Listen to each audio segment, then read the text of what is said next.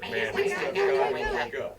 Got to report that people channelized for much time now.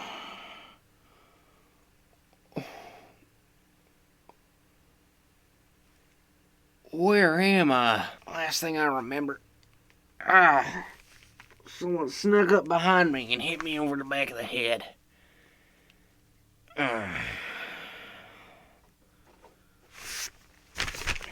Tied my hands together with a shoestring. Whoever this kidnapper guy is, he's clearly bad at it.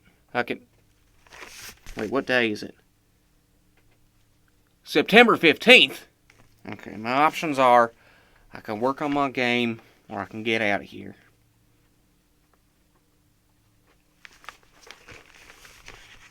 First change I made is pretty obvious. I added a giant skeleton monster. The next change, I fixed the candy system. Previously, when you got to the candy, you would get your candy and then it would freeze right here. How this works is that every single player character has their own character controller, and they all have a variable that points to their exact player controller. Their player controller also has one that points back towards them, and if they don't have one, then that means they're an NPC and will be handled separately. Now how this would work is that if you landed on a candy space, you need to send a server RPC.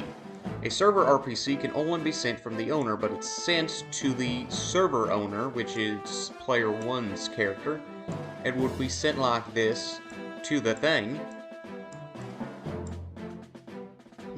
Once this gets it, it runs a specific function. Now all my server RPC functions just call immediate client RPCs, which basically happens from the server, and it calls back to all clients.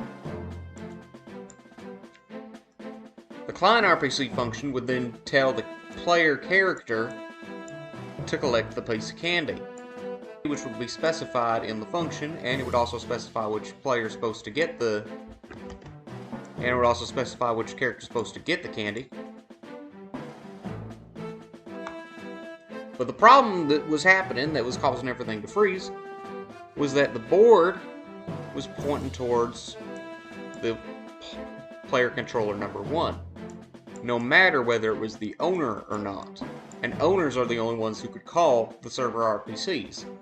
So what I had to do is simply remove the connection to the player 1 and instead make it a connection with the owner. The shop works a bit differently.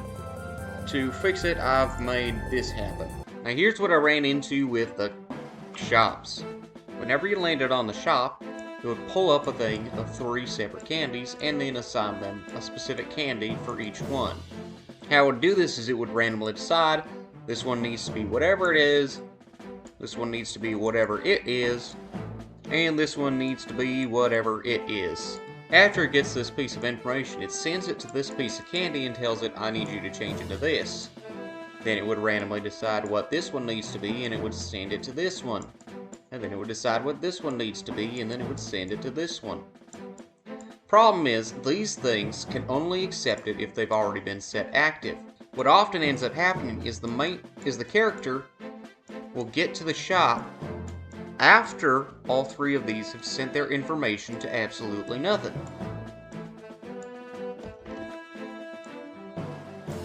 Then they'll get to the shop, and then this character would get to the shop,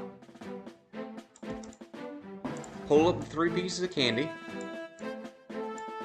and then they'd all be set to the default piece of candy because they're expecting these things to send them the information, which don't work like that because they've already sent the information. It's been 3 days. Found myself a new kitty cat somehow. Also, I've been working on my game. I'll figure out an escape plan later. I think I know how to take him down.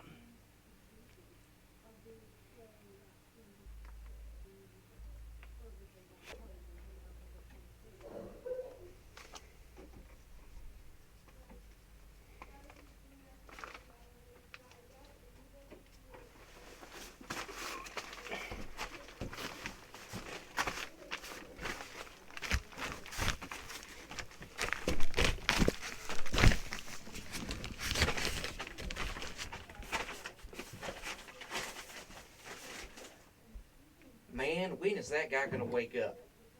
I gotta have him record that video or else his channel's gonna die. My new channel.